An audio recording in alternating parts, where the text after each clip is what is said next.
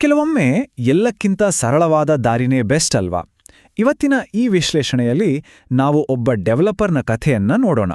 ತಮ್ಮ ಸಿಸ್ಟಮ್ ಅನ್ನ ಸಿಂಪಲ್ ಮಾಡೋಕೆ ಹೋಗಿ ಕಾಂಪ್ಲೆಕ್ಸಿಟಿಯನ್ನ ಕಡಿಮೆ ಮಾಡಿದ್ದಷ್ಟೇ ಅಲ್ಲ, ದುಡ್ಡನ್ನು ಹೇಗೆ ಉಳಿಸಿದ್ರು ಅಂತ.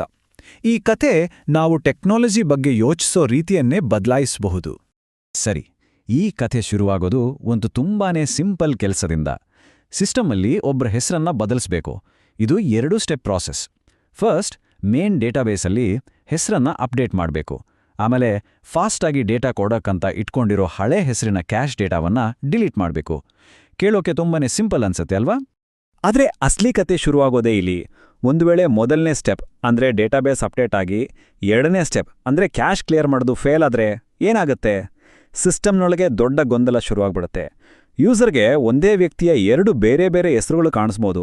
ಇದು ಇಡೀ ಸಿಸ್ಟಮ್ನ ನಂಬಿಕೆಯನ್ನೇ ಪ್ರಶ್ನೆ ಮಾಡುತ್ತೆ.